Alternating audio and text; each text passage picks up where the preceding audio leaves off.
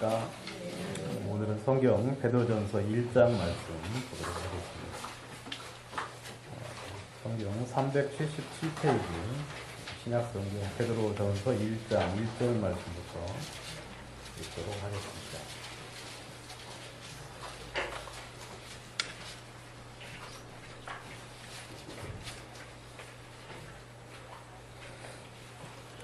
예수 그리스도의 사도 베드로는 본도, 갈라디아, 갑바도기아, 아시아와 비두니아에 흩어진 나그네 곧 하나님 아버지의 미리 아심을 따라 성령의 거룩하게 하심으로 순종함과 예수 그리스도의 핏부림을 얻기 위하여 택하심을 입은 자들에게 편지하노니 은혜와 평강이 너희에게 더욱 많을지어다.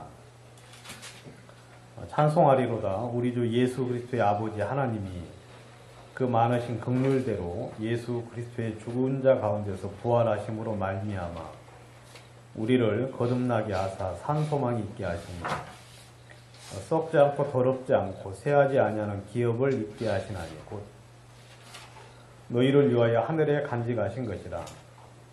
너희가 말세에 나타내기로 예비하신 구원을 얻기 위하여 믿음으로 말미암아 하나님의 능력으로 보호하심을 입었나니 그러므로 너희가 이제 여러 가지 시험을 인하여 잠깐 근심하게 되지 않을 수 없었으나 오히려 크게 기뻐하도다.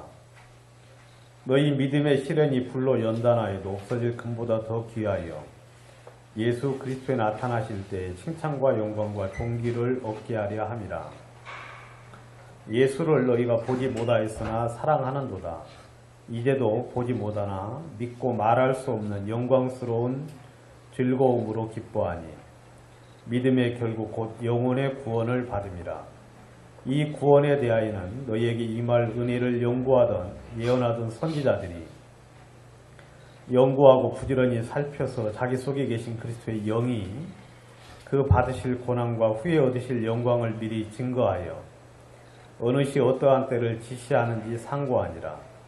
이 섬긴 바가 자기를 위한 것이 아니요 너희를 위한 것임이 계시로 알게 되었으니 이것은 하늘로부터 보내신 성령을 힘입어 복음을 전하는 자들로 이제 너희에게 고한 것이요 천사들도 살펴보기를 원하는 것이니라.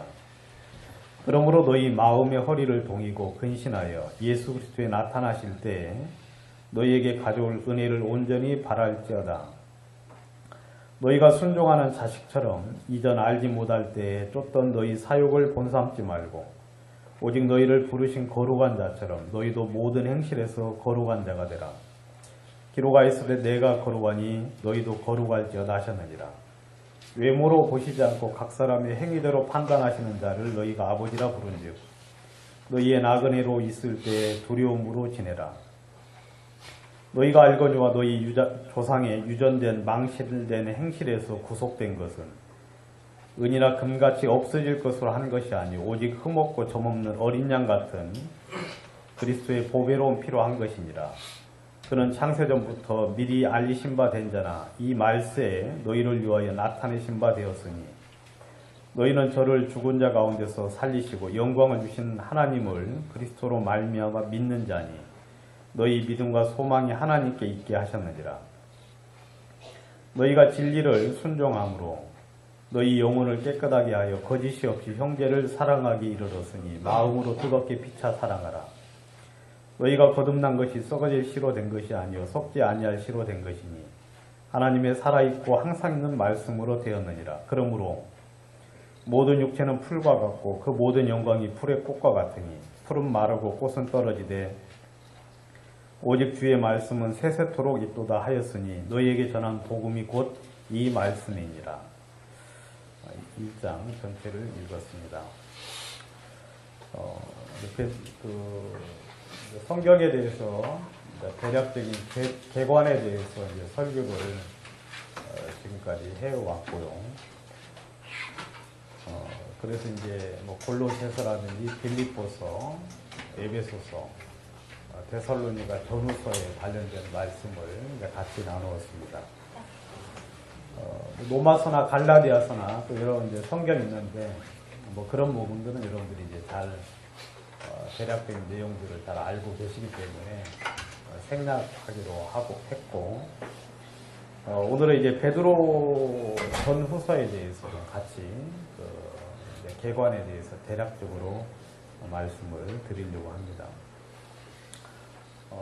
전에 말씀드린 대로 이제 골로새서는 하나님 예수 그리스도께서 얼마나 위대하신 분인가에 대해서 이야기했다고 말씀을 드렸고, 빌립보서는 빌립보 교회 속에 나타난 그리스도의 영광과 하나님이 행하신 역사에 대해서 사도 바울이 참 마음속에 감사함으로 개인적으로 빌립보 교회를 향하여서 개인적으로 썼던 편지라는 이야기를 드렸습니다.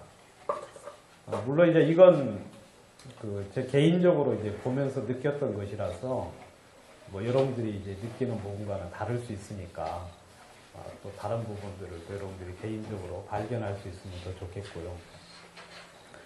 예배소서는 이제 그리스도 안에서 하나님이 우리 가운데 역사하신 일들, 이루신 역사에 대한 이야기들을 그리스도 안이라는 단어를 통하여서 많이 이렇게 기록을 했다는 내용들을 같이 이야기를 했고, 데살로니가 전후서는 핍박과 또 그로 인한 소망에 관련된 그리스도의 재림과 예수 그리스도의 다시 오심에 대한 이야기를 에 대해서 썼다는 이야기를 드렸습니다. 이제 베드로 전서 후서는, 베드로 전서는 여러분들이 이제 잘 아시는 대로 여기는 이제 나그네에 관련된, 우리 이제 성도들을 대하면서 크리스찬 성도들은 이제 주님 안에서의 순례자다 하는 이제 그 부분에 대해서 아마 중점적으로 그 부분을 이야기하면서 이제 성경을 써내려갔고, 또 이제 그런 부분들에 대한 가르침들을 주고 있는 것들을 알 수가 있습니다. 거기에 보면 이제 그런 부분들에 대해서 좀 이야기할 수 있는 그런 내용들, 또 그런 단어들이나 그런 특정한 어떤 언급들을 이제 해주고 있는데, 베드로전서 1장 1절에 보시면 예수 그리스도의 사도 베드로는 본도 갈라디아, 갑바도기아, 아시아와 비두니아에 흩어진 나그네라고 이제 그렇게 이야기를 해주고 있죠. 그러니까 이제 이 사도 바울이, 아니 사도 베드로가 이제 수신하는 이제 그런 형제 자매들을 향하여서 이제 어떻게 호칭을 했느냐면 흩어진 나그네다, 이제 그렇게 이야기를 해주고 있습니다. 그러니까 이제 서신서를 이제 받는 사람들이 여러 군데, 여러 이제 지방에 흩어진 이제 그런 사람들에게 편지를 쓰면서 이제 그들을 향하여서 나그네라 하는 이제 그런 내용들을 그렇게 이제 호칭을 하는 부분들을 볼 수가 있는데, 성경에는 이제 구원받은 형제 자매들을 향하여서 나그네라고 성경은 이야기를 해주고 있습니다. 나그네. 그리고 이제 또 다른 성경에서는 순례자라고 이야기를 하기도 하고, 그 다음에 이제 그와 유사한 단어로 우거하는 사람, 우거하는 자다라는 이제 그런 표현을 쓰기도 하죠. 우거하는 자라는 이제 표현은 좀 약간 어려운 말인데, 체류자라는 이제 그런 뜻이죠. 임시 거주자라는 이제 그런 단어를 우거자다 하고 이제 그렇게 쓰고 있습니다. 그래서 이제 그런 부분들하고 이제 잠깐 이렇게 이제 보면은, 그래서 이 베드로 전서에는 어떤 단어들, 또 이 나그네에 관련된 단어들을 좀 이렇게 이제 살펴보면은요, 나그네는 이제 소망이라는 단어를 이 베드로 전후서에는 여러 번 이제 기록을 하고 있습니다.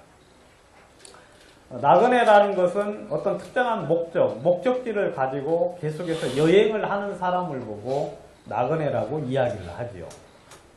그래서 이제 그 사람은 어떤 목적지가 이제 분명히 있습니다. 그리고 그 목적지를 향하여서 한 걸음 한 걸음 이제 발걸음을 내딛는 사람이기 때문에 이 나그네와 관련된 단어는 이제 소망에 대한 이야기를 많이 해주고 있습니다. 소망과 더불어서 그 사람들이 이제 그 나그네의 길을 걸어가면서 계속해서 어려움들을 당하는 것을 알 수 있습니다. 어려움. 지금은 이제 여러분들이 그 나그네를 영어로 이제 스트레인저라고 이야기하는데, 이상한 사람, 낯선 사람, 이제 그런 사람을 이야기를 하는데, 요즘은 이제 마을에 뭐 낯선 사람이 와도 낯설지 않죠. 왜냐하면 익숙한 사람들이 별로 없기 때문에 전부 다 이제 낯선데, 옛날에는 이제 그렇지 않죠. 옛날에는 여러분 동네 하면은 이제 모든 사람들을 전부 다 알고 있어요. 그래서 거기에 어떤 한 사람이 들어오면 그 사람은 낯선 사람이 되는 거죠. 그래서 터부시 되고, 그 다음에 이제 이제 기존에 있던 사람들에게서 그냥 뭐 섞일 수도 없는 거고, 그냥 왕따가 되는 것이고, 이제 이것이 이제 제가 지난주에 듣기로는 이제 가장 그런 것이 이제 심한 동네가 경기도 이천이라고 이야기하더라고요. 이천에서는 장사를 할 수가 없대요. 거기는 아주 이렇게 거주민들이 이제 그 단결력이 아주 좋기 때문에 외부에서 온 사람이 뭐 장사를 해가지고 성공할 수 있는 확률이 거의 없다고 그렇게 이야기를 하는 아주 그 고장색이 이제 분명하고 아주 이제 세력이 확고하다고 이야기를 하는데, 그러니까 이제 나그네는 이제 어느 지역에 가면은 이제 우리가 지금 순례길을 하죠. 우리 유영재께서 이야기하는 대로 구원받은 사람들이 바로 천국에 올라가면 참 좋은데, 여러분 그렇죠, 여러분. 구원받자마자 천국에 올라가면 참 좋지요. 참 좋은데 이제 그러면 우리도 구원받기 참 힘들 거예요. 그죠? 왜냐하면 구원받자마자 베드로도 올라가 버리고 야고보도 올라가고 다 올라가면 누가 복음 전해요? 알아서 뭐 구원받아야지. 혼자서 깨달아야지. 하나님은 이제 그걸 아시기 때문에 이제 올려보내지 않고 이 세상에 순례의 길을 가게 하셨어요. 우리 구원받은 형제 자매들을 향하여서. 구원받은 사람이 이 세상에 순례의 길을 가는 목적은 딱 하나예요. 땅끝까지 이르러 내 복음을 증거하라는 주의 말씀을 이루기 위해서 지금 저와 여러분들은 이 땅에 존재한다고 성경은 이야기를 하고 있습니다. 다른 아무 이유가 없어요. 다른 어떤 이유도 우리가 이 땅에 존재하는 이유가 전혀 있지 않다고 성경은 이야기를 하고 있습니다. 그래서 이제 사도 바울이 전도 여행을 다니면서 복음을 전하듯이 우리 구원받은 형제 자매들이 이제 각 지역을 다니면서 복음을 전하는데, 이제 그들에 대해서는 성경에서는 낯선 자라고 이야기를 하고 있죠. 그래서 그냥 아무 이유 없이 핍박을 받아요. 낯설다는 이유 하나로, 그들과 같지 않다는 이유 하나로. 그들과 같아지기 위해서는 그들이 하는 행습을 행해야 되고 그들과 같은 삶을 살아야 되는데, 우리 구원받은 사람들은 그런 삶들을 살 수 없기 때문에 고난을 당하죠. 그래서 이제 우리 구원받은 사람들은 이 베드로전서에도 고난, 연단, 불시험, 그 다음 핍박, 고난, 그런 단어들을 베드로전서는 계속해서 이야기를 해주고 있습니다. 그와 반대가 되는 단어는 뭐냐면 죄악의 낙이라고 이야기를 하고 있어요. 그 다음에 육신의 정욕이라고 이야기를 하고 있죠. 다른 말로 이방인의 뜻을 쫓는다고 성경은 이야기를 하고 있습니다. 여러분, 죄도 낙이 있어요, 없어요? 있어요? 참 이런 이야기는 경험을 해보신 분들이 잘 아시겠죠? 대답을 잘 하시는 거 보니까 이제 경험을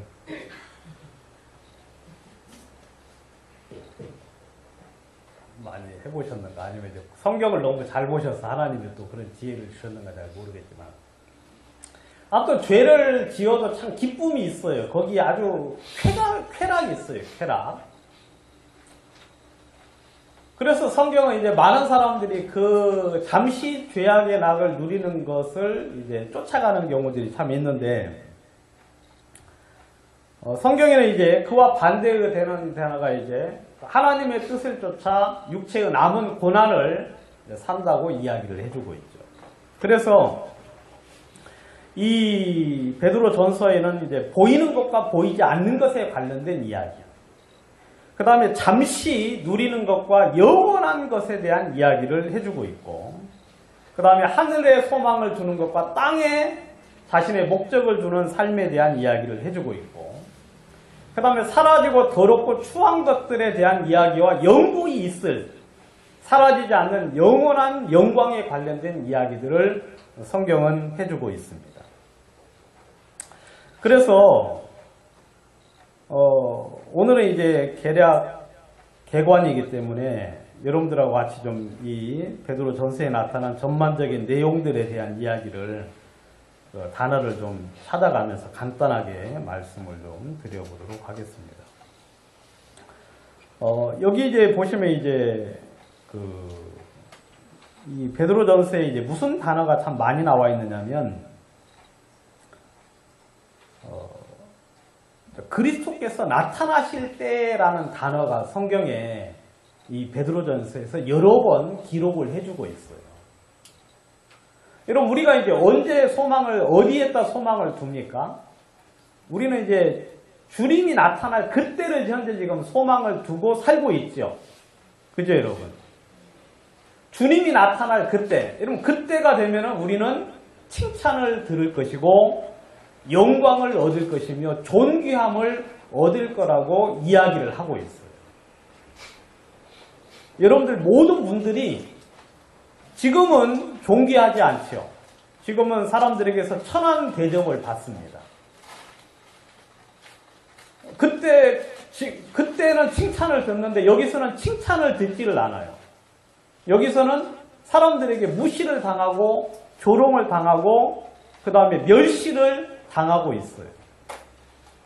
여러분, 일요일날 여기 오는 것 자체가 사람들이 우리를 조롱하지 않습니까? 그죠? 이 좋은 날, 이 가을 날씨에 왜 거기 가서 쪼글틀에 앉아가지고 뭐 하는 짓인지 잘 모르겠다 하면서 이제 그러는데, 아무튼 그들은 우리를 향하여 계속 조롱을 해요. 제 이제 그 밑에 제 처제의 그 남편이 있어요. 제 밑에 처제의 남편. 뭐라고 그러죠, 제가? 매제? 매부? 제부? 공서? 다 나온다, 다 나와. 내 맘대로 불러요? 네. 그 이제 동서가 있는데, 아무튼 제 이제 처제가 구원을 받기는 받았어요. 구원을. 제가 이제 수양회를 가면은, 수양회를 갔을 때 제 처제를 봤으니까, 그때가 이제 고등학교 뭐 1학년, 2학년 때인데, 그때 이제, 있었어요. 그래가지고 구원을 이제 받은 것으로 제가 알고 있는데, 잠시 뒤에 있다가 이제, 교회에 이제 사택에 있었는데, 이 거지가 왔어요. 교회 사택에. 거지가 이제 좀, 이거 맞나? 이제 거지가 와가지고, 이제 뭐 좀 달라고 이제 그랬는데, 이제 교회 이제 전도사님이 쫓아 보내는 것 같아. 내가 앞만 봐도 안 주고 뭘 좀 줘야 되는데 안 주고 쫓아 보내. 지금 그때는 이제 굉장히 어려웠죠. 진주 교회도. 쫓아 보냈는데 그것을 보고 아마 시험이 든 것 같아요. 세상에 주의 마음을 가진 사람이, 구원받은 사람이 이룰 수 있느냐 하면서 이제 시험이 들어서 교회를 떠났어요. 떠나가지고 이제 생활을 했는데 아무튼 이제 그래서 이제 결혼을 했는데 아무튼 저보다도 못생긴 사람하고 했어요. 결론적으로. 저보다도 못생긴 사람하고. 근데 이제 그 동사가 이제 계속해서 이제 핍박을 하는 거예요. 이제 처제도 있고 한데, 우리 처제들이 이제 복음을 위해서 이제 열심히 살았거든요. 그러니까 막 그 이제 저희 장인어른하고 한 통속이 돼가지고, 저희 장인하고 이제 하나가 돼가지고 막 처제들을 향하여서, 교회에다가 막 시간 보내고, 그 다음에 이렇게 물질도 쓰고 한다고 하면서, 내가 볼 때는 그렇게 말할 수 있는 사람이 아니거든요. 무슨 뭐 처제를 도와준 것도 아니고 학교 다닐 때 돈 보태준 것도 아니고 아무것도 아니에요. 자기 하나 먹고 살기도 힘든 판인데 그렇게 이제 핍박을 하는 걸 보면서 아무튼 우리 구원받은 모든 형제 자매들이 모든 삶을 살아가는 이유는 어디에다 무엇을 지금 초점을 두고 살고 있어요. 주님이 나타날 그때를 향하여서 우리는 지금 모든 역량을 쏟아붓는 거예요. 우리가 복음을 전하는 것도, 그 다음 우리가 고난을 견디는 것도, 그 다음에 형제 자매들을 향하여 같은 마음으로 기도하고, 교회에 또 형제 자매들이 서로 마음을 모아서 이 귀한 복음을 위해서 전 세계 아니면 전 많은 일들을 하는 모든 일들은, 여러분 주님이 나타날 그때 우리가 영광과 존귀와 칭찬을 듣기 위하여 우리는 그 일을 하고 있는 것이거든요. 그러니까 나그네의 소망은 딱 하나예요. 목적지에 도달했을 때 그때 나에게 내가 얻을 수 있는 그 모든 것들을 위해서 그 모든 삶들을 견디어 나가는 거죠. 그래서 이제 베드로 전서에 보시면 이렇게 이야기하고 있어요. 1장 7절에 보시면 읽은 대로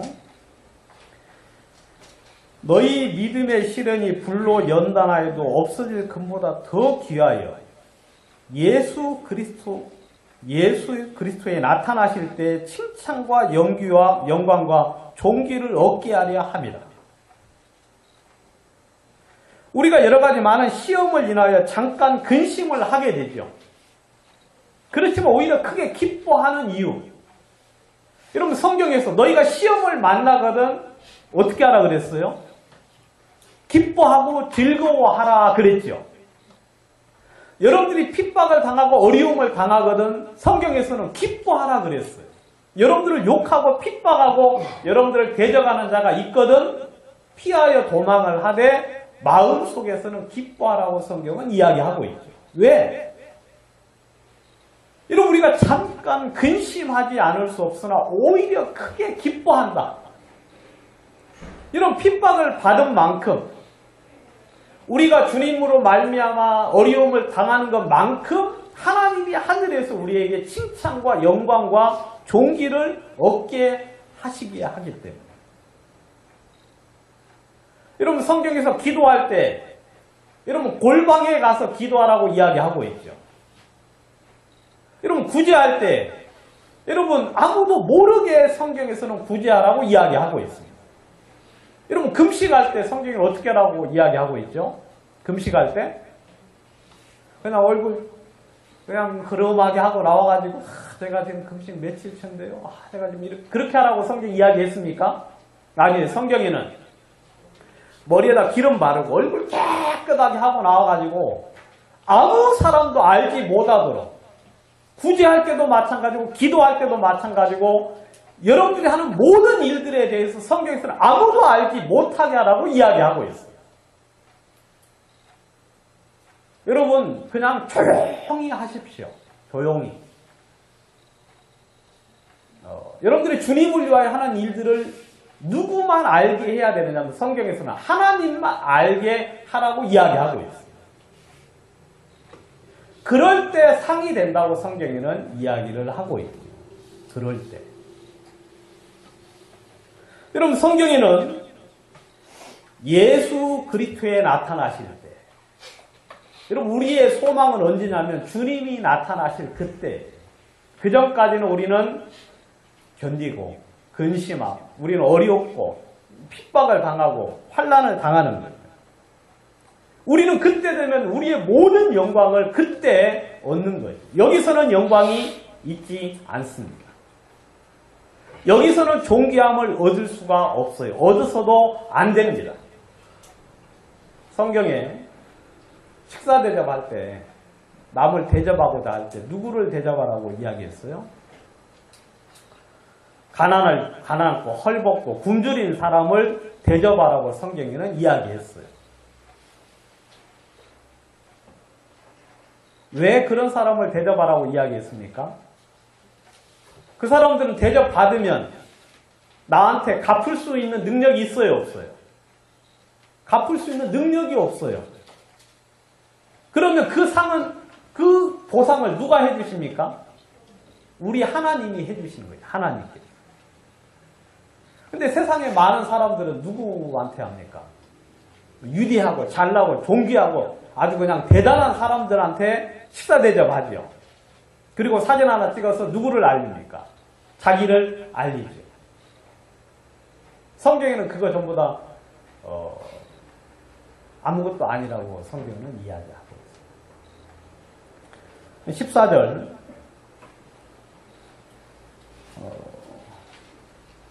13절 그러므로 너희 마음의 허리를 동이고 근신하여 예수 그리스도에 나타나실 때에 너희에게 가져올 은혜를 온전히 바랄지어다 하고 이야기하고 있습니다. 여러분, 예수 그리스도에 나타나실 때 너희에게 가져올 은혜, 여러분들에게 주실 하나님의 축복, 그것을 여러분들이 온전히 바라라고 성경은 이야기하고 있죠. 언제? 예수 그리스도께서 나타나실 때 주님이 잠시 잠깐 오면 오신다고 이야기했어요. 여러분, 그 이야기는 언제부터 했어요? 2000년 전부터 했어요. 2000년 전부터. 그러면 지금은 얼마나 가까워졌겠습니까? 지금은 너무너무 가까워진 거예요. 왜냐하면 2000년 전부터 주님이 오신다고 했는데 안 오신 거예요. 그래서 많은 사람들이 이야기하죠. 주에 강림하신다는 약속이 어디 있느냐. 이렇게 오랜 시간이 지났음에도 불구하고 아직까지 오지 않았는데 언제 주님이 오겠느냐라고 이야기를 하죠. 성경에는 뭐라고 이야기합니까? 이러면 주님이 우리를 향하여 오래 참으셨다고 이야기하고 있어요. 바로 여러분들이 구원을 받기 위해서. 여러분, 주님이 오실 날은 이미 지났을 수도 있어요. 그렇죠? 근데 하나님이 오지 않으신 이유는 바로 저와 여러분들을 구원받게 하기 위해서 하나님이 지금까지 참으셨다고 이야기하고 있죠. 그렇지만 그 참음은 계속되지는 않을 거예요. 성경에는 잠시 잠깐 오면 오실 이가 오신다고 이야기를 하고 있죠. 여러분들의 고난은 이제 조금만 견디시면 돼요. 여러분들이 지금 어려워하시는데 그 어려움을 조금만 견디면 주님께서 여러분들에게 잠시 잠깐 후에 오셔서 여러분들로 하여금 마음에 영광을 베풀어 주실 거라고 성경은 이야기하고 있습니다. 4장 12절 사랑하는 자들아 너희를 시험하려고 오는 불시험을 이상한 일 당하는 것 같이 이상히 여기지 말고 오직 너희가 그리스도의 고난에 참여하는 것으로 즐거워하라. 이는 그의 영광이 나타나실 때에 너희로 즐거워하고 기뻐하게 하려 함이라. 너희가 그리스도의 이름으로 욕을 받으면 복이 있는 자로다. 영광의 영 곧 하나님의 영이 너희 위에 계십니다. 여러분, 성경에서 이야기하시기를 너희를 실현하려고 연단하려고 오는 불시험 당하는 것을 이상한 일 당하듯이 여기지 말라라고 이야기했어요. 여러분, 우리가 어려운 일을 당하고 그 다음에 고난을 당하는 것이 이상한 일입니까? 성경에는 그건 당연한 일이라고 이야기하고 있어요. 여러분, 이 세상이 누구를 핍박한 것처럼, 여러분, 예수 그리스도를 핍박한 것처럼 구원받은 당신의 자녀를 핍박하고 곤란케 하는 것은 당연한 일이라고 이야기를 하고 있죠. 여러분, 예수를 믿는 사람들의 재산도 전부 다 탈취해 가기도 하고, 여러분들을 고통스럽고 어려움 속에 있게 하는 것이 성경에서는 당연한 일이라고 이야기해요. 왜냐하면 예수님이 그 일을 하셨기 때문에. 여러분들이 예수님과 같은 그런 일을 당하신다면 여러분들은 참 잘하는 거예요. 왜냐하면 스승이 그 제자가 그 스승과 같고 종이 그 상전과 같으면 그는 복 있는 자라고 성경에는 이야기를 하고 있죠. 여러분들이 예수님과 같이 핍박을 받는다면 여러분들은 잘하는 거예요. 그렇지만 여러분들이 이 세상에서 종기를 얻는다면 그건 여러분들 굉장히 불행한 일입니다. 여러분들이 이 세상에서 왕노릇 한다면 그건 여러분들에게 굉장한 큰 불행입니다. 여러분들이 이 세상에서 하늘에 있는 것을 지금 누린다면 그것은 하늘에서는 전혀 없다는 것을 의미하고 있는 거죠. 여러분, 하나님이 여러분들을 연단하십니다. 강하게 하시죠. 단단하게 만드십니다. 이 연단을 왜 하는지 제가 잘 알지는 못합니다. 제가 이제 이렇게 생각을 한번 해봅니다. 이렇게. 천년왕국 때가 되면 고을들을 다스릴 거 아닙니까? 그죠, 여러분? 고을들. 성경에 보면 5고을, 10고을 맡긴다는 그런 이야기 있지요. 그죠? 그러면 이제 여러분들 만약에 주님께서 지금 동사무소 하나를 맡기신다면 처리할 수 있겠어요? 여러분들의 동을 하나 맡기는다고 하면 내 자식도 하나 처리 못 해가지고 지금 힘든 판에 동은 무슨 동. 근데 여러분 연단하면 강해지잖아요. 그죠 여러분? 연단하면 그만큼 훈련을 받으면 여러분 영역이 점점 넓어질 수 있어요. 저는 이런 생각을 한번 해보는데 여러분들이 연단된 만큼 여러분들에게 어떤 것을 맡길 것 같은 그런 생각을 해보기도 해요. 그러니까 쉬운 말로 여러분들의 역량만큼 여러분들에게 하나님이 보상을 주신다는 말이기도 그렇게도 한번 생각을 해보시. 물론 이건 정확한 건 아닙니다. 정확한 건 아니고 지금 제가 이제 그냥 연단이 필요한 이유, 주님이 우리를 단련하고 우리로 하여금 강하게 하고 우리로 하여금 더 지혜롭게 하고 더 주님 앞에 어떤 온전하게 만드시는 이유는 바로 그만큼의 역량에 의해서 주님이 무언가를 맡기려는 어떤 그런 생각이 아닌가 싶은 생각이 들어요.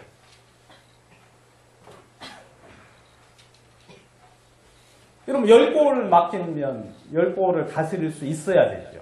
그러니까 주님이 아무에게나 맡기지 않죠. 그걸 맡길 만한 사람에게 맡길 겁니다. 주님이 여러분들에게 연단을 하셔요. 여러분 연단이라는 건 강하게 한다는 거예요. 연단이라는 거. 불순물을 제거하고 그 다음에 강하게 만드는 거예요. 우리는 아직 불순물이 굉장히 많죠. 우리들의 삶 속에서. 아직도 정화되지 않은 그 다음에 세속적인 것들이 굉장히 많이 있는데 그런 걸 이제 재련소에서 정제를 통하여서 이제 온전해지고 그 다음에 당근질을 통해서 강해지게 되는데 그런 것들을 성경에서는 이상히 여기지 말라. 그리고 여러분들로 하여금 그리스도의 고난에 참여하는 것으로 뭐하라? 즐거워하라고 이야기하고 있습니다. 제가 지난번에 여러분들에게 참회라는 단어에 대해서 한번 연구를 한번 해보실 수 있으면 좋겠다고 이야기했는데 우리가 주님의 일을 하는 게 아니라 주님의 일에 참여하는 자들이죠. 주님의 일에 동참하는 자들이죠. 주님께서 지금 일을 하시는데 그 일하심에 우리가 함께 하는 거죠. 주와 함께 일하는 자로서 너희를 권하노니라고 사도 바울이 말한 것처럼 여러분 주님이 지금 그 일들을, 이 복음 전하는 일들, 그 다음에 주님이 하시는 일들에 대해서 우리가 거기에 참여하는 거죠. 그런데 성경에는 고난에 참여하는 것을 인하여서 기뻐하라고 이야기를 하고 있습니다. 여러분 사람들이 여러분들을 향하여 욕하고 여러분들을 그리스도의 이름으로 욕하면 여러분들은 복이 있다 그랬어요. 그리스도의 이름으로. 그 이야기는 뭐냐면 여러분들이 복음을 인하여 핍박을 받으면 여러분들은 기뻐하라는 거예요. 여러분들의 잘못이 아니라, 여러분들의 삶의 연약함이나 잘못된 불법이 아니라, 그런 삶에는 전혀 상관없이 이 복음과 진리와 하나님의 뜻을 위하여 핍박을 받으면 그것은 즐거운 일이라고 이야기하고 있어요. 여러분들의 부모들이, 여러분들의 부모님들이, 여러분들의 아시는 분들이 너는 진짜 내가 다른 건 모르겠는데 너 예수님 이야기만 안 하면 진짜 좋은데 하나 너 예수님 이야기 하니까 나는 너 딱 싫다. 여러분 그 사람 복 있어요 없어요? 예? 복 있는 사람이 알겠어요? 근데 나는 너 예수님 이야기 하는 것도 좋은데 나 그런 삶 좀 안 살았으면 좋겠다. 이런 그런 이야기 하면 그건 최악이에요. 최악.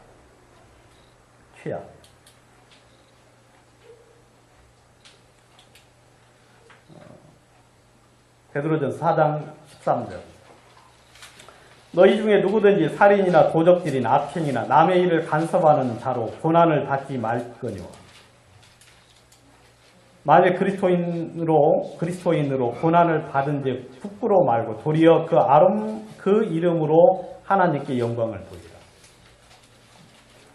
여러분 우리는 오직 예수 그리스도의 이름을 인하여서 고난을 받는 것이 이건 부끄러워할 일이 아니에요. 이건 감사하고 즐거워할 일이에요. 그렇지만 구원받은 사람들이 살인이나 도적이나 악행이나 남의 일을 간섭하는 것, 불법을 행함으로 말미암아 욕을 얻으면 여러분 그건 참으로 악하고 복음을 가로막는 십자가의 원수로 행하는 일이라고 성경은 이야기를 하고 있습니다. 여러분 우리 대한민국에 복음을 가진 수많은 교회가 여러분 이런 기본적인 삶을 살지 못함으로 말미암아 복음이 완전히 막혀버렸어요. 완전히. 여러분 그들이 당할 그 심판은 얼마나 무서운지. 여러분 그들이 주님의 이름 때문에 핍박을 받는 게 아니라 그들이 행한 불법과 악을 인하여서 여러분 주님의 이름이 지금 회방을 받고 있죠.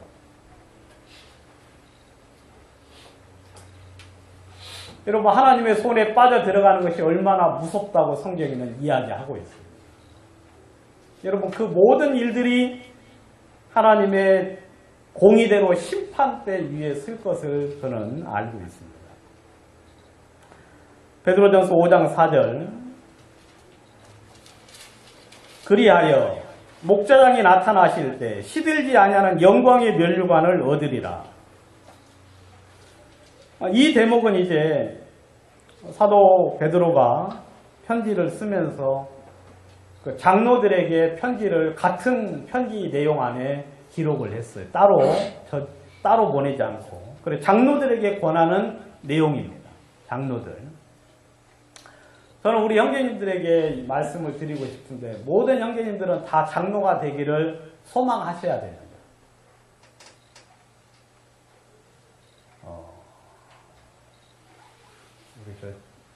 우리 김시한 형제 아드님 이름이 내가 잠깐 까먹었는데. 예? 현우. 몰라 우리 현우가 이제 장로될 때가 올런지는 잘 모르겠지만 주님이 오심이 임박한 이때 제가 볼 때는 그렇게 될 것 같지는 않아요. 근데 주님이 2000년 전부터 오신다고 했는데 안 오셨으니까 앞으로도 언제까지 또 될런지는 전혀 알 수가 없어요. 저는 현우가 지금부터 내가 뭐 서울대 가는 것도 내가 좋긴 한데 이런 교회 형제들의 가장 큰 목적은 뭐가 돼야 되느냐면 내가 교회의 장로가 되어야 됩니다. 이건 물론 뭐 욕심이 아니고 하나님께 바라는 소원이에요. 소원. 성경에서 그렇게 이야기했어요. 모든 형제들은 장로가 되기를 소망할 거라고 성경에 소망해야 된다고 성경은 이야기하고 있어요. 왜냐하면 여러분 장로가 되면은요 주님과 동급이에요. 말이 좀 약간 좀 우스운데 여러분 주님은 목자장이잖아요. 그래야 안 그래요? 예? 그러면 그 장로는 교회의 목자예요. 목자. 여러분 이사장이 누군지 알죠? 이사장. 이사장은 이사들 중에 뭐예요? 우두머리가 이사장이죠. 그걸 줄여서 뭐라 그럽니까? 우리가 보통 사장이라고 이야기하죠. 사장. 그 말 알죠? 그러니까 목자가 있어요. 그 목자의 그 딱 회의에 들어가면 교회 어느 교회든지 아주 그냥 뭐 10명 있는 교회든 20명 있는 교회든 그 교회의 장로는 그 회의에 참여할 수가 있는 거예요. 여러분 제 말 맞는 것 같아요? 아무튼 뭐 여러분 그 국제연합 이렇게 그 대통령 모임할 때 조그마한 나라의 대통령도 와서 참여하잖아요. 그것처럼 저도 이제 그렇게 이해를 하는데 아마 틀리지는 않을 거예요. 그리고 우리 형제님들은 전부 다 장로가 되기를 소망해요. 그래서 내가 아무튼 앞으로 주님 앞에 서는 그날 전에는 내가 장로가 돼서 예? 장로가 돼서 물론 장로 되는 게 쉬운 게 아니에요. 장로 되는 조건들이 엄청 많죠. 한 10개까지 되는 조건들이 있는데 그 조건에 거의 이제 부합해야 되죠. 그래서 그걸 위하여 사는 거예요. 사는 거. 교회 안에서. 그 다음에 주님의 뜻 가운데서 사는 거예요. 그래서 그 조건에 이제 맞을 때 교회에서는 장로로 세워주시겠죠. 여러분 그 영광이 얼마나 놀라운 줄 압니까? 그 영광이. 제가 지난번에도 이야기했지만 여러분 이 세상의 대통령보다 더 위대한 게 뭐예요? 교회 장로라고 이야기했잖아요. 여러분 저는 다행히 그걸 한번 해봤어요. 아 그게 계속 했어야 되는데 그 유지하지 못한 게 진짜 이게 근데 한이 되긴 하는데 이제 더 중요한 건 장로로서 잘해야 돼요. 잘 못하면 또 개박살 나는 거예요. 잘 못하면 예? 아무튼 중요한 거. 그리하면 목자장이 나타나실 때 여러분 우리 성도들에게 주님이 그리스도로 나타나는데 목자 장로들에게는 뭘로 나타나요? 목자장으로 나타나실 때 시들지 아니하는 영광의 면류관을 잘 다스리는 장로들은 받는다고 이야기를 했습니다. 시들지 않는, 다른 말로 쇠하지 않는, 다른 말로 없어지지 않는 면류관을 그 교회를 잘 다스리는 장로들에게 주님이 주신다고 이야기를 했어요. 저는 이건 장로들만 받는다고 생각을 해요. 장로들 중에서만. 뭐 장로의 역할을 한 사람 저는 그거 안 씌워줍니다. 장로들 중에서만 받는다고 생각을 해요. 중요한 건 목자장이 나타나실 그때 바라보고 장로가 그 날을 기대하면서 자신의 마음을 주님께 드리고 주님을 섬기는 거예요. 베드로후서 3장 5절.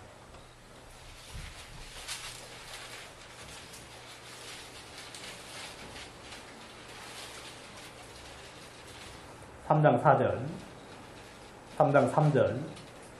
먼저 이것을 알지니 말세에 기롱하는 자들이 와서 자기의 정욕을 쫓아 행하며 기롱하여 가로되 주의 강림하신다는 약속이 어디 있느냐? 조상들의 잔호로부터 만물이 처음 창조될 때와 같이 그냥 있다 하니 이는 하늘이 옛적부터 있는 것과 땅이 물에서 나와 물로 성립된 것도 하나님의 말씀으로 된 것을 저희가 풀어 잊으려 함이로다. 이런 말세에 기록하는 사람들이 나타난다고 이야기했어요. 말세에 하나님의 말씀을 희롱하고 비난하고 대적하는 자들이 일어난다고 이야기했습니다. 여러분, 그런 사람들의 특징은 뭐냐면 전부 다 자기의 정욕을 따라서 살아가요. 여러분, 자신의 죄를 쫓아서 생활을 합니다. 그런 사람들은 주님이 오심이 기다려지겠어요? 이건 구원받지 않은 사람을 이야기하는데, 그들은 주님이 오심이 불안하고 두려운 거고 그것을 원치 않는 거예요.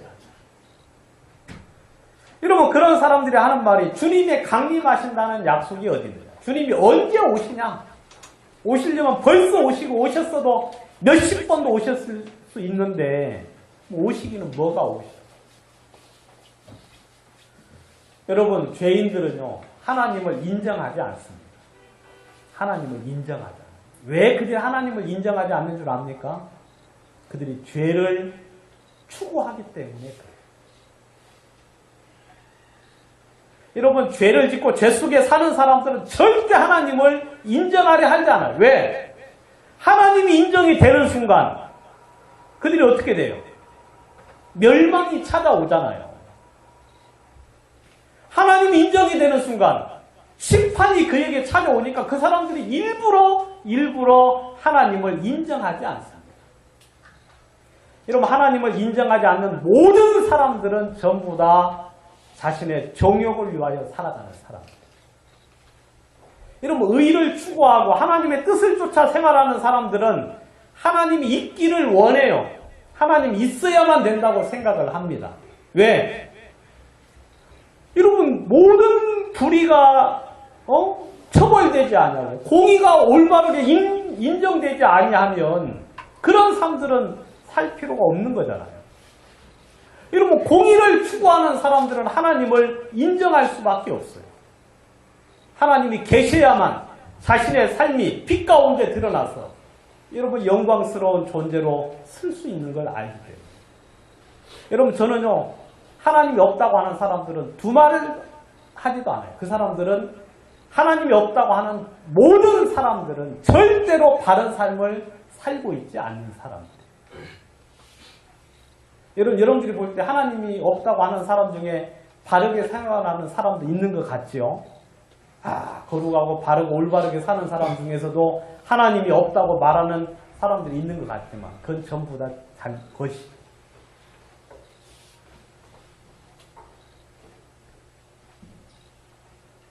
여러분, 이제 많은 사람들이 그렇게 말세는 그런 이야기를 하는 사람이 있어요. 그렇지만 성경에는 분명히 말하죠. 3장 8절, 사랑하는 자들아, 주께서 하루가 천년 같고 천년이 하루 같은 이 한 가지를 잊지 말라. 주의 약속은 어떤 이에 더디다고 생각하는 것 같이 더딘 것이 아니라 오직 너희를 위하여 오래 참아서 아무도 멸망치 않고 다 회개하기에 이르기를 원하시니.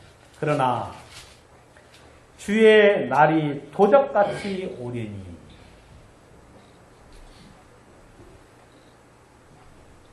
여러분, 주님의 날이 어떻게 와요? 도적같이. 알겠죠? 예? 주님의 날에 도적같이. 여러분, 도적이 예고하고 오지 않잖아요. 그죠, 여러분? 물론 도적이 오는 대충 시간은 알 수 있지. 오후 1시부터 오후 4시, 아니 새벽 1시부터 저녁 4시까지 그래야 안 돼요.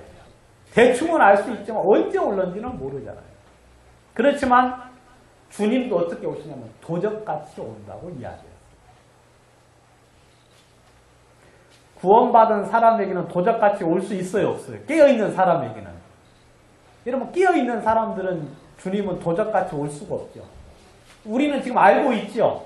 주님이 오시기가 아주 임박했다는 사실들을 여러분 체감하고 있지 않습니까? 이 세상을 보면서, 이 세상에 되어지는 것들을 보면서 주님이 가까이 왔다는 사실들을 우리는 분명히 알 수 있어요. 그렇지만 잠자는 자들과 여러분 세상 사람들은 여러분 주님의 강림이 언제 오느냐고 하면서 그들은 무감각하게 살아가요. 그래서 아무런 준비를 할 수 없어요. 이런 이 베드로 후서에서, 베드로 성경에서는, 베드로 전후서에서는 여러분 나그네와 같은 그런 구원받은 사람들을 향하여 베드로가 이야기하는 주님이 오실 때가 있다. 주님이 오신다. 그날이 곧 임박에 왔다. 주님은 도적같이 오신다. 11절, 3장 11절. 이 모든 것이 이렇게 풀어지리니 너희가 어떠한 사람이 되어야 마땅하냐라고 이야기하고 있습니다. 여러분 우리 지금까지 준비 좀 잘 못했잖아요. 그래야 안 그래요? 예? 주님이 오셔야 되는데, 오시려고 하는데 그 앞에 곧 서야 되는데, 여러분 우리는 주님이 오시기를 바라면서도 한편으로는 조금만 더 늦춰졌으면 좋겠잖아요. 그죠? 왜냐하면 이제 좀 만회를 해야 되잖아요. 만회. 응? 지금까지 우리가 주님의 뜻 가운데서 많이 벗어나 살았는데, 여러분 주님이 여러분들에게 그런 기회를 주시는 거예요.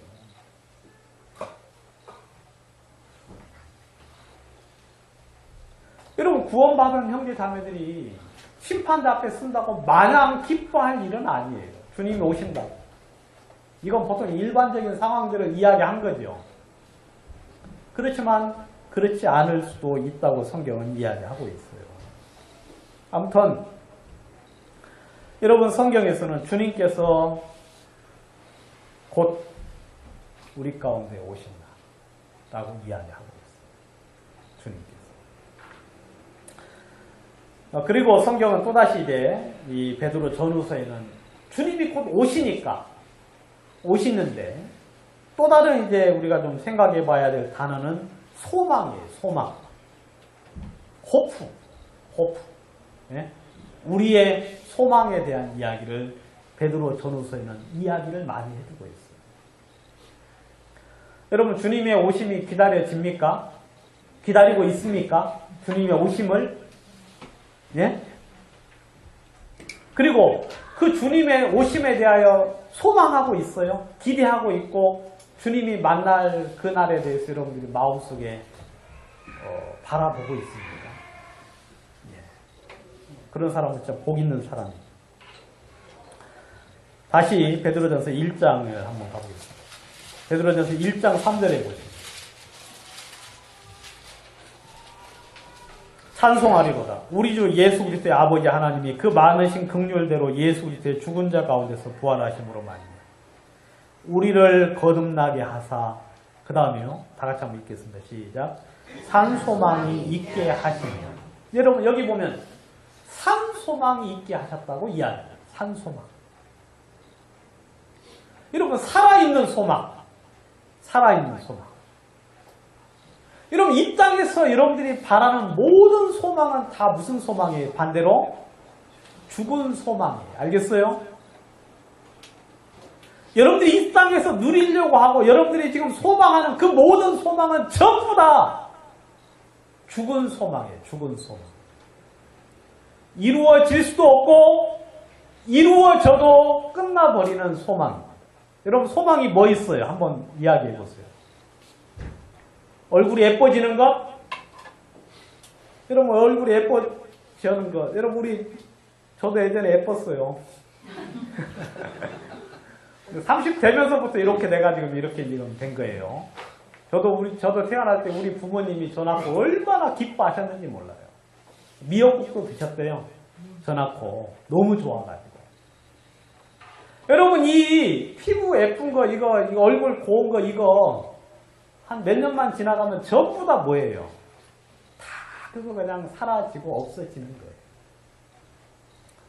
여러분 집 샀다고 좋아할 수 있죠? 그 집도 좀 지나가면 어떻게 돼요? 낡아져요. 그러면 이제 그 집이 좋은 게 아니라 이제 왼수덩어리가 되죠. 그죠? 특별히 이제 아파트 아닌 단독주택에 사는 사람들은 아주 죽을 맛이에요. 왜냐면 허구한 고장 나가지고 이게 고쳐야 되고 돈 들여야 되고 없는 돈에 또 막 넣어야 되니까.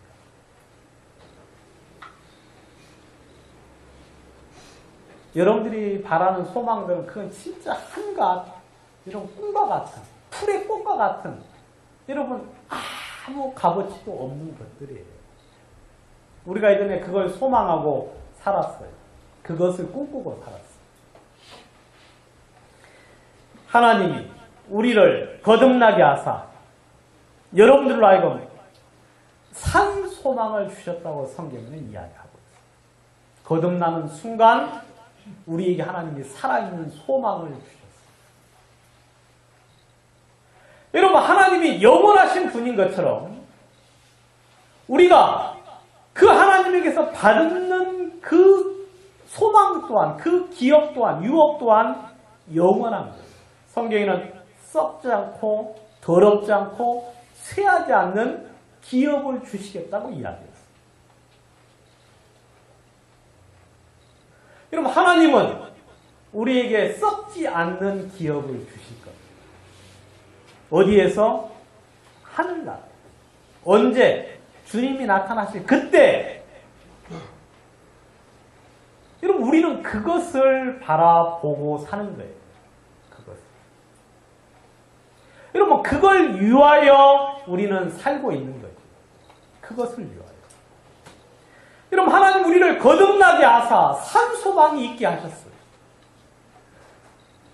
우리를 구원받게 하고 영생을 얻게 하셨어요. 우리로 하여금 영원한 생명을 얻게 하시고 우리로 하여금 그 영원한 생명에 걸맞는 영원한 산소망을 주셨다고 성경에는 이야기하고 있어요. 1장 14절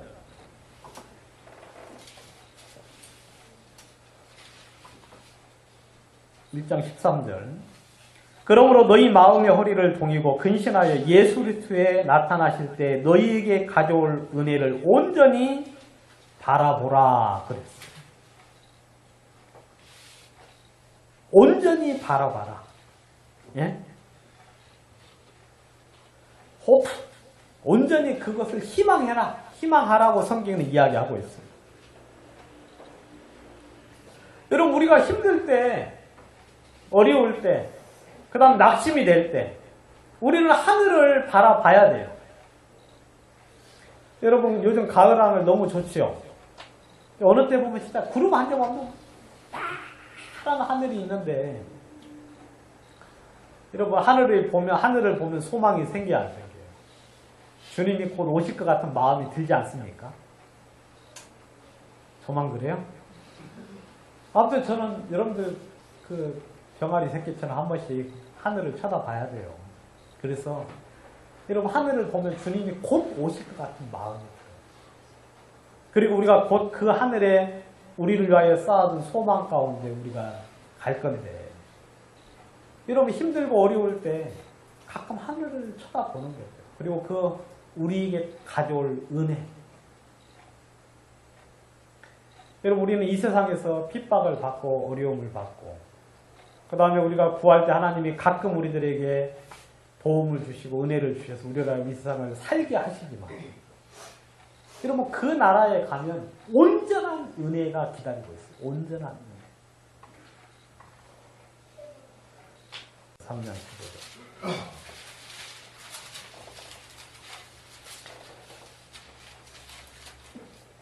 너희 마음에 그리스도를 주로 삼아 거룩하게 하고 너희 속에 있는 소망에 관한 이유를 묻는 자들에게는 대답할 것을 항상 예비하되 온유와 두려움을 하고 선한 양심을 가지라. 여러분,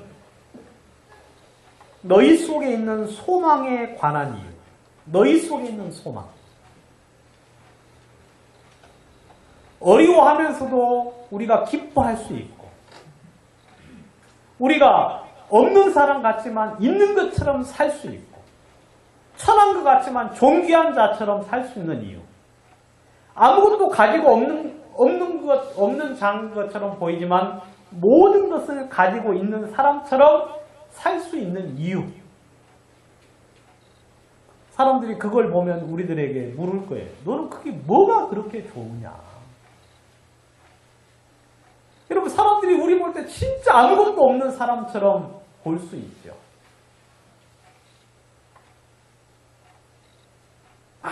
아무것도 없는 사람.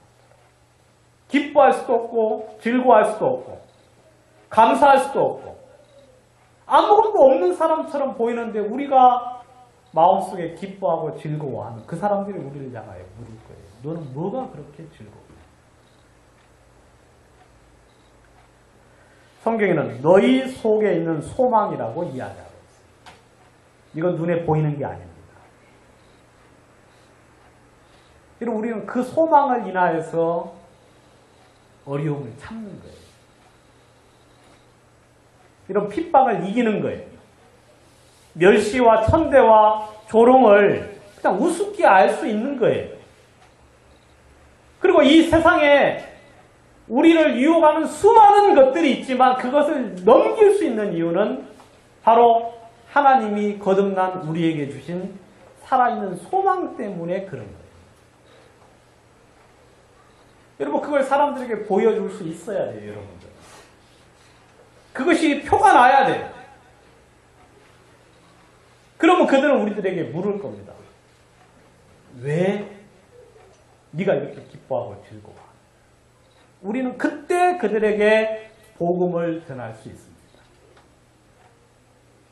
우리는 그때 그들에게 하나님의 생명을 전할 수 있어요.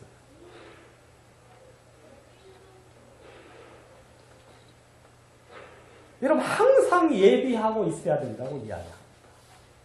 그 소망을 묻는 사람들에게 항상 예비해서 복음을 전할 수 있어요. 베드로서 1장 4절 이로써 그 보배롭고 지극히 큰 약속을 우리에게 주사 이 약속으로 말미암아 너희로 정욕을 인하여 세상에서 썩어질 것을 피하여 신의 성품에 참여하는 자가 되게 하려 하셨으니 그러셨어요. 여러분 우리에게 주신 그 약속은 보배롭고 지극히 큰 약속이라고 이야기하고 있습니다.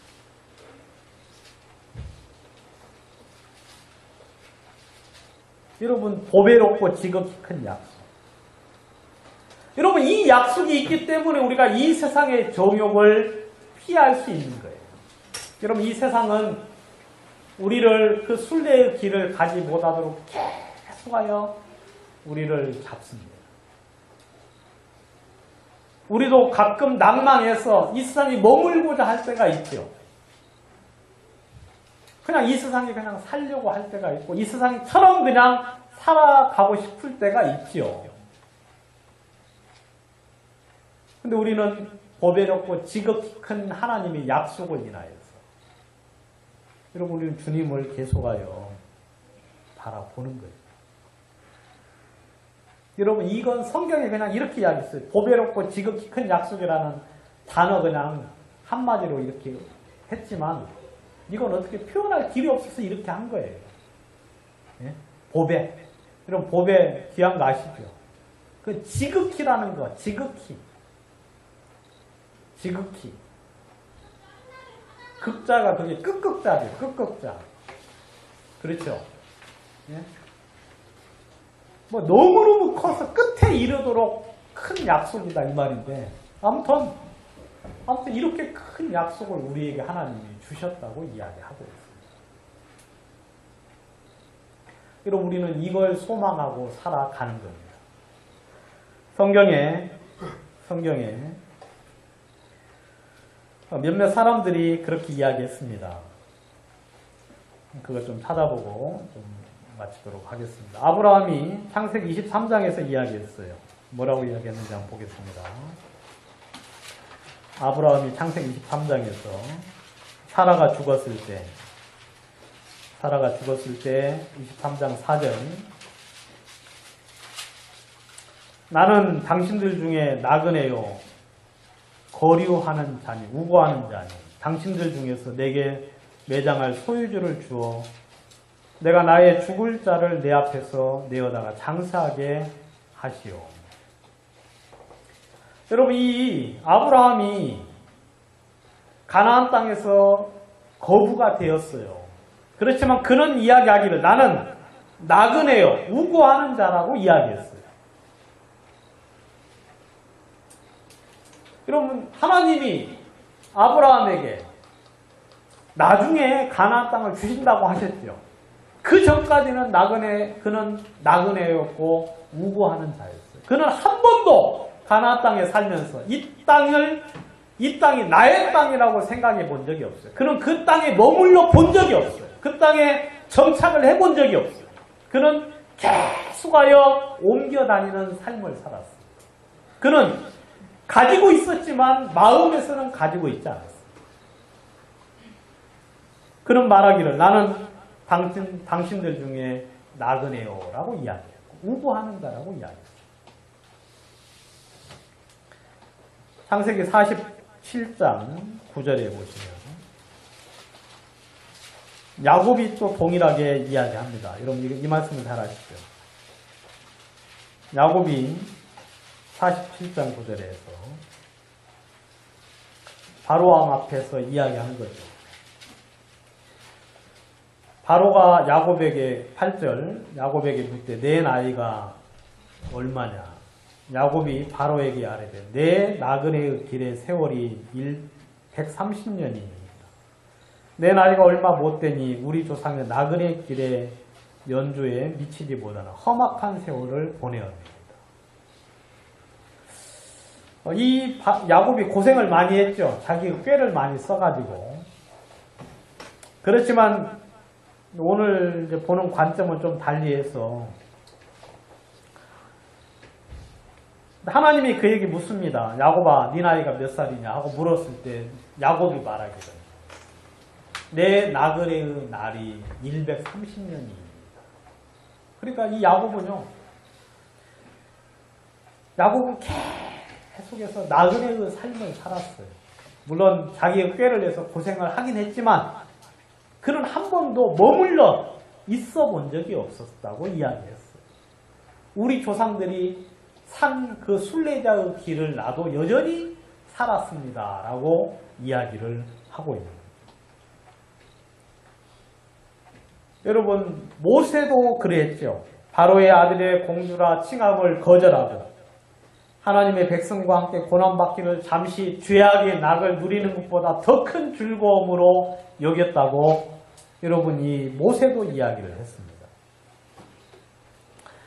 한 사람 다윗을 한번 더 찾아보도록 하겠습니다. 역대상 29장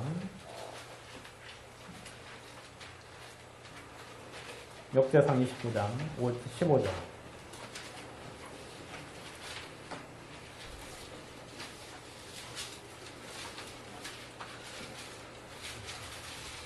여러분들이 한번 읽으시겠습니다. 29장 15절 시작.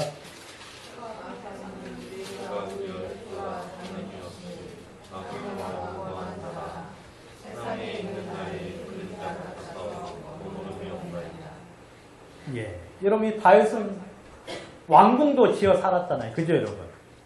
그 모든 걸 가졌어요. 이 세상에서 다윗처럼 모든 걸 가진 사람이 없었죠. 근데 이 다윗이 말하기를 그 모든 걸 가지고 있을지라도 그는 말하기를 우리 조상과 같이 우리는 주님 앞에서 나그네와 우고하는 거류민이다 하고 이야기를 했어요. 여러분 이 다윗은요, 여러분 그 황금으로 만든 왕궁에 마음이 한 번도 머물러 있지 않았어요. 이 땅에 누렸던 그 모든 영화와 축복과 하나님의 그 영광을 그는 마음속에 한 번도 마음속에 진심으로 취해 본 적이 없는 것 같아요. 그는 하나님으로 말미암아 주님으로 말미암아 올 그 주에 나타나실 때 누려야 될 그 영광을 바라보면서 그는 나그네와 우고하는 그냥 나그네처럼 이 세상을 살았다고 이야기를 하고 있어요. 세상에 있는 날은 그림자 같아서 다 희망이 없다. 이 세상에 있는 모든 것들은 내가 누리고 살고 하나님이 나에게 주셔서 내가 누리지만 그렇지만 거기에 마음이 빠질 필요가 없다고 이야기를 했습니다. 여러분 우리 주님도 말씀하셨죠. 인자는 이 세상에 머리 둘 곳이 없다고 이야기를 하셨습니다. 여러분 주님도 이 땅에 오셨을 때 옷 한 벌 입고 이 땅에 평생을 사셨어요. 여러분 거처가 없고 머리 둘 것도 없고 그리고 무덤조차도 없어서 무덤도 빌려서 장사 지냄을 받으셨습니다. 여러분 이 세상은 우리의 세상이 아닙니다. 하나님이 이 세상을 우리에게 주신 게 아니에요. 이 세상은 장차 망할 성입니다. 성경은 악한 세상이라고 이야기했고 폐역하고 음란한 세대라고 이야기를 하고 있습니다. 주님은 여기 있는 것들을 우리에게 하나도 주시지 않았어요. 다만 복음을 전하기 위해서 여러분들에게 주신 것일 뿐이지 이 세상에서 그걸 누리라고 주신 것이 아니에요. 우리를 위한 모든 것들은 저 하늘나라에 준비되어 있다고 성경은 이야기를 하고 있습니다. 기도드리고 마치겠습니다. 거룩하신 하나님 아버지, 우리 주님께 감사와 영광을 돌립니다. 우리를 주님께서 죄악에서 구원해 주셔서 거듭나게 하시고 당신의 자녀를 삼아주심을 인하여 감사합니다. 사랑하는 주님, 그리하여 우리에게 산소망이 있게 하시고 하늘의 기업을 소망할 수 있는 축복을 주심을 인하여 감사합니다. 우리가 남은 삶을 어떻게 살아야 되는지 주님 알게 하시고 복음과 진리 가운데 저들이 겸손하고 또 거룩한 삶을 살 수 있도록 축복하여 주시옵소서. 우리의 삶을 온전히 주님께 부탁드리며 예수님 이름으로 기도합니다. 아멘.